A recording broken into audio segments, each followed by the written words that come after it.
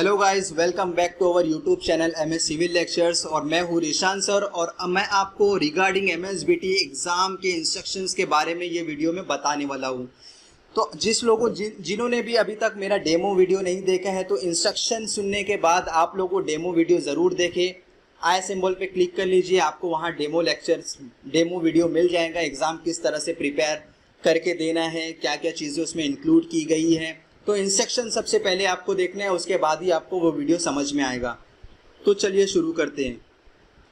तो online MSBT exam बहुत सारी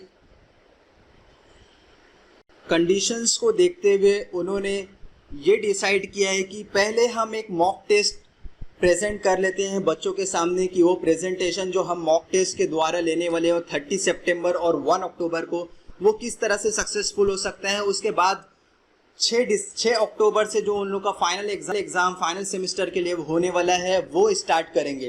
तो जस्ट ये मॉक टेस्ट जो है सितंबर 30 एंड 1 अक्टूबर को आप लोगों का ये नोटिस जारी कर दी गई है। 30 सितंबर को जो एग्ज़ाम होने वाला है आप लोगों का वो होने वाला है 10 to 5 PM के बीच में, एंड जो 1 अक्टूबर को होने वाला है एग्ज़ाम वो होने वाला है 10 to 3 के बीच में।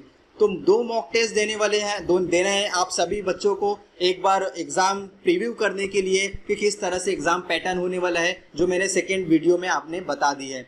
देन उसके बाद इंस्ट्रक्शंस क्या क्या हमें फॉलो करनी है सबसे पहले वो जान लेते हैं, क्योंकि एग्ज़ाम देने से पहले हमको इंस्ट्रक्शंस का पता होना चाहिए कि क्या क्या इंस्ट्रक्शन रहने वाली है। तो उन्होंने बहुत सारे इंस्ट्रक्शन यहाँ पे डिसाइड किए हैं कि क्या एग्ज़ाम का प्रोसेस किस तरह होना चाहिए, सिस्टम रिक्वायरमेंट क्या है एग्ज़ाम ऑनलाइन देने के लिए, ऑनलाइन एग्ज़ाम फॉर्मेट किस तरह से रहने वाला है, instruction for device camera working करेगा नहीं करेगा, कैप्चर करेगा नहीं करेगा, ये सारी चीज़ें इसमें डिस्कस करने वाले हैं। एग्ज़ाम टाइम टेबल क्या होने वाला है, मॉक एग्ज़ाम फॉर्मेट किस तरह का होगा और important instruction for online exam. So guys, शुरू करते हैं हम अपना पहला चैप्टर जो कि एग्ज़ाम प्रोसेस के बारे में समझाएगा आप लोगों को। तो पहला एग्ज़ाम प्रोसेस, सबसे पहले मैं बता दूं कि 2 चीज़ों पे एग्ज़ाम हम दे सकते हैं, एक तो डेस्कटॉप मोड पे और एक तो हम अपने स्मार्टफोन पे। डेस्कटॉप मोड पे जो लोग भी दे रहे हैं एग्ज़ाम उनको चाहिए कि अपने URL पे अपडेटेड क्रोम ब्राउज़र पे आप जो है वो समर 2020 एग्जामिनेशन MSBT डालें। उसके बाद जो है पोर्टल खुलेगा, वो आपको लॉगिन ID पासवर्ड का जो मैंने डेमो वीडियो में बता चुका है वो आप लोग जाके देख सकते हैं। एंड जो भी बच्चा आप लोग स्मार्टफोन यूज़ कर रहे हैं उनके लिए ये है कि MSBT का एप्लीकेशन उन्होंने आज लॉन्च कर चुका है। तो वो एप्लीकेशन जो है लॉन्च करना है, सारी चीज़ें उसके अंदर अलाउ करना है, जैसा कि मैंने डेमो वीडियो में बता चुका है। तो वो डेमो वीडियो देखने के बाद आप लोग MSBT एप्लीकेशन को यूज़ किस तरह करना है वो भी देख सकते हैं। तो online examination URL Android application detail login credential will shared with student prior to exam via SMS on registered mobile number. 13 to 15 सितंबर से पहले आपकी कॉलेजेस ने आपसे एक गूगल फॉर्म के जरिए आपका ईमेल ID, मोबाइल जो चल रहा हो जिसके अंदर 1 Mbps डाटा रहे, कितना प्रीपेड डाटा है, पोस्टपेड डाटा है, सारी जानकारी आपसे आपके कॉलेजेस ने ले चुकी है। वो सारी जानकारी जो है MSBT को भेज दी गई है।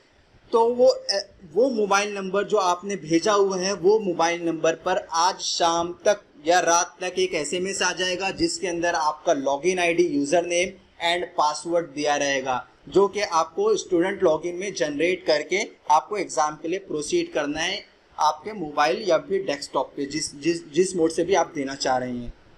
देन एग्ज़ाम प्रोसेस तो मैंने बता दिया कि डेस्कटॉप मोड और मोबाइल मोड दोनों पर होने वाला है। देन उसके बाद system requirement for online exam. क्या क्या सिस्टम रिक्वायरमेंट है, तो सबसे पहले पर्सनल लैपटॉप, डेस्कटॉप। अगर किसी के पास डेस्कटॉप या लैपटॉप वगैरह नहीं है, मोबाइल नहीं है, तो अपने कॉलेज के प्रिंसिपल को, इंस्टीट्यूट के कोई भी इंस्ट्रक्टर को या कोऑर्डिनेटर का नंबर भी आपके इंस्टीट्यूट का SMS के थ्रू आपको SMS किया जाएगा। तो आप लोग कोऑर्डिनेटर को कर सकते हैं टच कि सर हमारे पास कुछ भी नहीं है तो हमको रिक्वायर्ड करवाओ, सारी चीज़ें सिस्टम रिक्वायर्ड करवाओ ताकि हम भी एग्ज़ाम दे सके। तो आपके जो भी कोऑर्डिनेटर है वो आप जहां रहते हैं लोकेशन के नियर बाय आप पॉलीटेक्निक्स वगैरह में आपका अरेंजमेंट करा देंगे। Then internet connection at least 1 Mbps और मोर इज़ रिक्वायर्ड। आपकी इंटरनेट स्पीड जो है 1 MB और उससे ज़्यादा होने चाहिए, नहीं तो बीच बीच में इंटरनेट ग्लिचिंग की वजह से आप लोग पेपर से बाहर भी हो सकते हैं। ये अच्छी बात है कि उन्होंने रिज्यूम का ऑप्शन दिया हुआ है, तो मेरी डेमो वीडियो में जाके आप देख सकते हैं कि रिज्यूम में कैसे वापस आना है। अगर हमारा स्विच ऑफ हो गया मोबाइल या फिर पावर कनेक्टिविटी चले गई तो हमें कैसे वापस रिज्यूम आना है। देन उसके बाद ये है वर्किंग कंडीशन। वर्किंग कंडीशन का मतलब ये होता है कि सारी चीज़ें चलती हुई रहना चाहिए, कैमरा चलना चाहिए, उसका जो लैपटॉप है उसके अंदर चार्जिंग वगैरह फुल रहना चाहिए, सफिशिएंट बैलेंस ऑफ इंटरनेट रहना चाहिए, प्रीपेड अकाउंट, पोस्टपेड अकाउंट जो भी है आपका उसके अंदर इंटरनेट बैलेंस रहना चाहिए। Then latest Google Chrome browser अगर आप लैपटॉप यूज़र हैं तो। देन उसके बाद एग्ज़ाम फॉर्मेट किस तरह से होने वाला है। तो एग्ज़ाम फॉर्मेट में मैं आपको एक इम्पॉर्टेंट चीज़ बताऊंगा जिसके ज़रिए आप इजीली पास कर सकते हैं अपना ये एग्ज़ाम। तो एग्ज़ाम फॉर्मेट में सबसे पहले उन्होंने पॉइंट दिया था एग्ज़ाम कंसिस्ट ऑफ 40 MCQs। आप सभी को पता है कि MCQs बेस्ड होने वाले हैं आप सबके एग्ज़ाम। MCQs बेस्ड मतलब मल्टीपल चॉइस क्वेश्चंस पूछने वाले हैं, जिसके अंदर एक क्वेश्चन होता है और 4 ऑप्शन होते हैं और 4 में से कोई भी एक आंसर सही होता है। तो हमें कोई भी एक आंसर को चूज करके सेव एंड नेक्स्ट के बटन पे दबाना है, आप डेमो वीडियो में देख सकते हैं। देन उसके बाद हमें 40 में से 30 क्वेश्चंस अटेम्प्ट करने हैं। 40 क्वेश्चन हमारे डेस्कटॉप पे शो होंगे, उसके अंदर से हमें 30 क्वेश्चन अटेम्प्ट करने हैं। देन उसके बाद each question carry 1 mark and 4 options. ठीक है, कोई भी एक क्वेश्चन करेक्ट रहेगा, each question carry 1 mark, no negative marking for wrong answer. अगर बाय चांस आपका आंसर रॉन्ग हो जाता है तो आपको घबराने की ज़रूरत नहीं है, उसमें कोई भी निगेटिव मार्किंग नहीं है, जिसकी वजह से आप दिल खोल के एग्ज़ाम में कोई भी ऑप्शन लगाइए, आपको टेंशन लेने की ज़रूरत नहीं है। 40 के 40 अटैम्प्ट कीजिए, आपको ऐसा नहीं है कि कंपलसरी 30 अटैम्प्ट करना है, आपको 40 के 40 अटैम्प्ट करना प्रीफर समझना है आपको। ड्यूरेशन ऑफ एग्ज़ाम 1 आवर है। अब सबसे इम्पोर्टेंट पॉइंट यही है कि उन्होंने दे दिया है कि आपका एग्ज़ाम जो है मॉर्निंग स्लॉट 1 to 9 to 1, ये हम आगे डिस्कस करेंगे, इससे पहले मैं ये बता दूं। देन उसके बाद PWD स्टूडेंट के लिए ड्यूरेशन आर जो है उसकी इंस्टीट्यूट लेवल पे बढ़ाया गया है, 1 आवर से ज़्यादा बैठ सकता है PWD स्टूडेंट। उनके जो है एग्ज़ाम जब भी चालू होंगे और उसके ऊपर PWD का स्टैम्प अगर लगा हुआ है तो उनका ड्यूरेशन थोड़ा ज़्यादा रहेगा, 1 आवर से ज़्यादा। In case of examine attempt more than 30 question, ये चीज़ सबसे इंपॉर्टेंट है गाइस, ये मैं आपको बता देता हूं, तो आप लोग बिला झिझक एग्ज़ाम को बिना किसी टेंशन के दे सकते हो और इजीली आप लोग अपना एग्ज़ाम क्लियर कर सकते हो।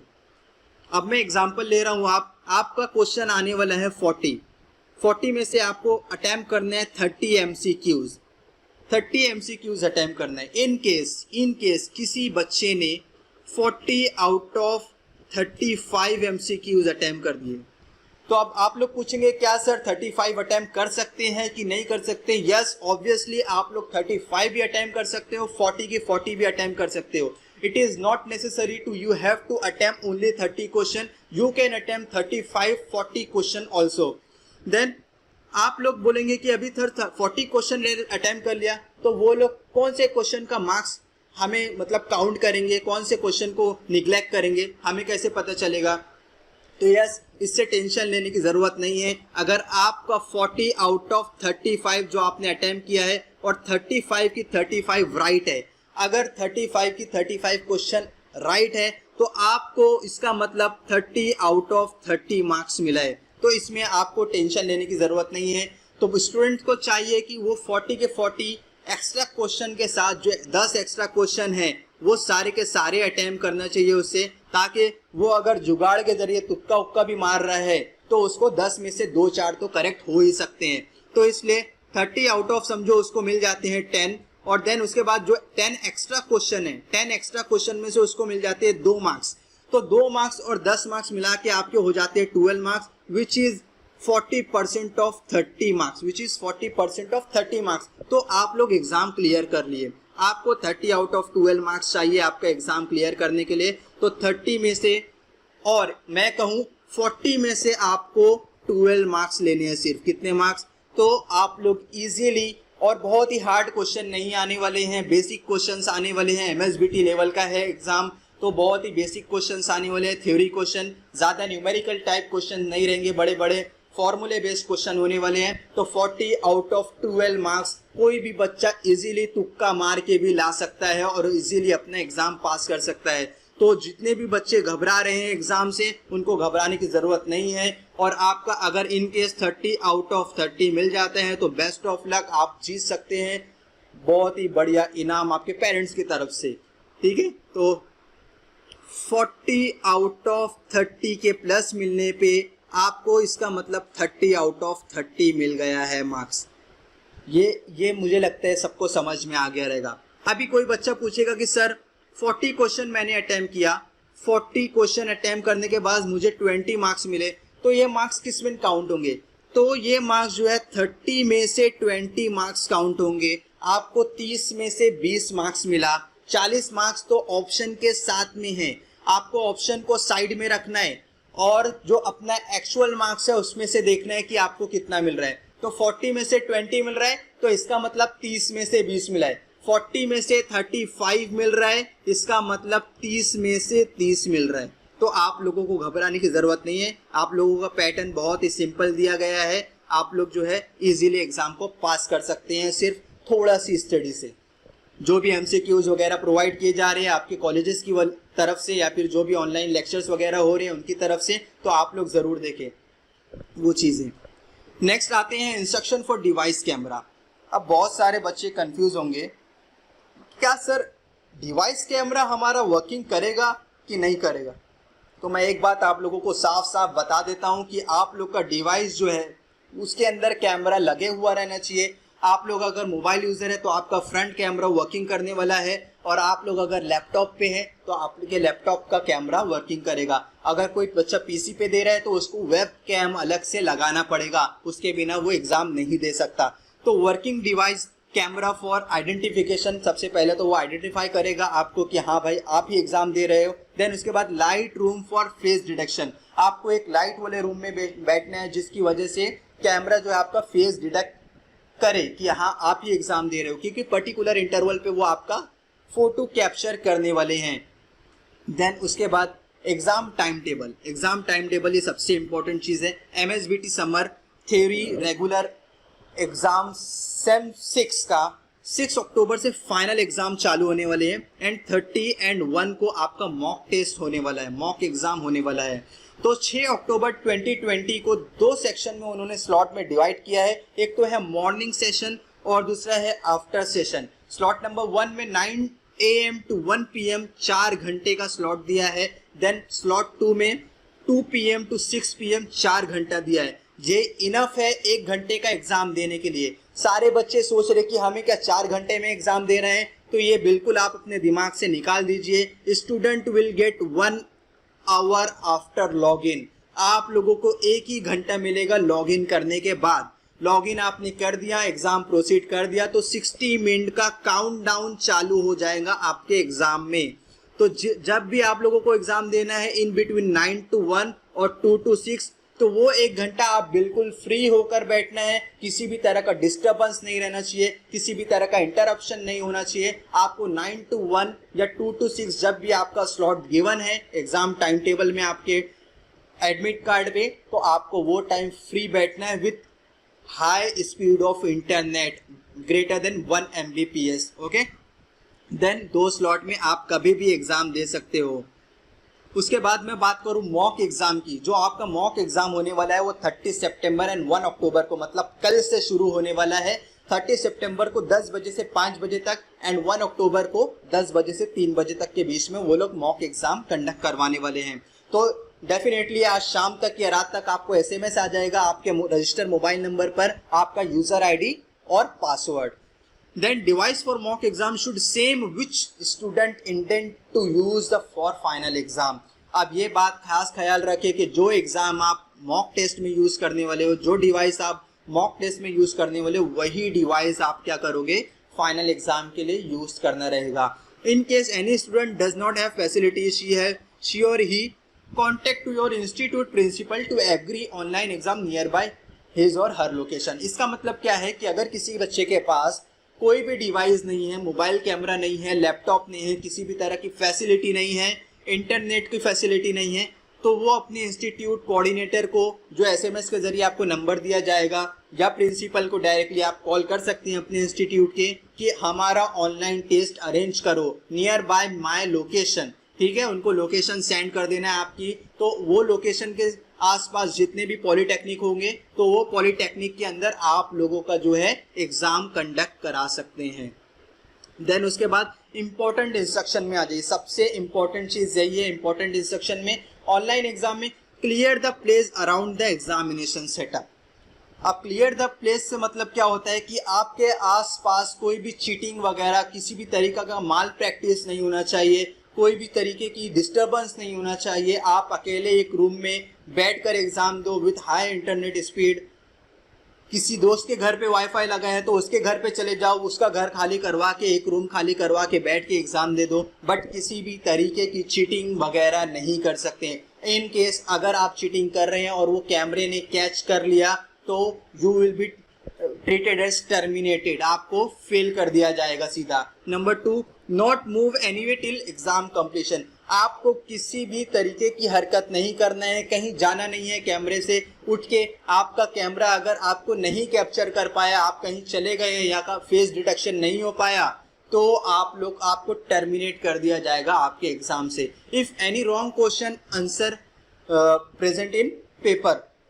दूसरा ये बात बोली गई है कि अगर किसी बच्चे को लगता है कि ये क्वेश्चन या फिर ये क्वेश्चन के जो 4 ऑप्शन के दिए हुए हैं उसमें से कोई भी ऑप्शन नहीं है ये क्वेश्चन का, तो वो क्वेश्चन को वो नोट डाउन कर सकता है, वो नोट डाउन करके अपने पास रख सकता है, और एग्जाम खत्म होने के बाद वो इंस्टीट्यूट को कॉल करके ये बोल सकता है कि ये पेपर में question number 1 we can say ये जो है इसका ऑप्शन गलत दिया हुआ था, तो उसका मार्क्स आपको अगर आप सही है तो उसका मार्क्स सारे बच्चों को मिल जाएगा, अगर क्वेश्चन या फिर आंसर रॉन्ग होता है क्वेश्चन के अंदर तो। देन उसके बाद avoid any call, notification and other interruption during exam. During the exam आपको डेस्कटॉप, मोबाइल फोन एक्सेट्रा सारी चीज़ों को DND मोड पे रखना है, नोटिफिकेशन ऑफ रखना है। किसी भी तरीके का इंटरप्शन होने पर वो लोग एक वार्निंग अलर्ट कर देंगे, आप लोगों को अलर्ट जारी कर देंगे कि आपका एग्जाम टर्मिनेट हो सकता है 2 से 3 बार नोटिफिकेशन या कॉल आने पर। तो इसलिए किसी भी तरीके का कॉल नोटिफिकेशन नहीं आना चाहिए। आप अपने मोबाइल को डू नॉट डिस्टर्ब मोड पे रख के एग्जाम दीजिए, वाईफाई कनेक्ट करके। देन उसके बाद interrupt due to power failure internet connectivity. ये एक अच्छा पॉइंट है कि अगर पावर फेलियर और इंटरनेट कनेक्टिविटी, इंटरनेट ग्लिचिंग की वजह से आप एग्जाम से बाहर हो जाते हैं, आपका PC स्विच ऑफ हो जाता है, तो उसके लिए उन्होंने रिज्यूम का बटन दिया हुआ है। वो मैंने अपनी सेकेंड वीडियो में पूरी तरीके से बताया हुआ है कि किस तरह आप वापस जाके आप एग्जाम को चालू कर सकते हैं विदाउट एनी हेजिटेशन। आप बिना घबराए एग्जाम को दे सकते हैं, वापस से वहीं से चालू होगा आपका एग्जाम जहां से डाटा लॉस हुआ था आपका। देन और किसी भी तरीके की हेल्प चाहिए तो आप लोग कमेंट बॉक्स में मुझे बता सकते हैं कि यू नीड एनी हेल्प, तो मैं आप लोगों का रिप्लाई दूंगा। तो इसी तरह हमारे चैनल पे बने रहिए, शेयर कीजिए, लाइक कीजिए, सब्सक्राइब कीजिए, और आपके MSBT ऑनलाइन एग्ज़ाम के लिए आप सभी स्टूडेंट को बेस्ट ऑफ लक। और एनी असिस्टेंस, कुछ भी चीज़ की ज़रूरत हो रही है आपको तो मुझे भी कांटेक्ट कर सकते हैं डायरेक्टली कमेंट बॉक्स से, और या फिर आपके इंस्टीट्यूट हेल्पलाइन नंबर से आप डायरेक्टली आपके कोऑर्डिनेट को कांटेक्ट कर सकते हैं कि किस चीज़ में आपको प्रॉब्लम आ रही है। तो बेस्ट ऑफ लक बच्चों, और दूसरी वीडियो ज़रूर देखिए, ज़्यादा से ज़्यादा शेयर कीजिए। बाय, मिलते हैं नेक्स्ट वीडियो में।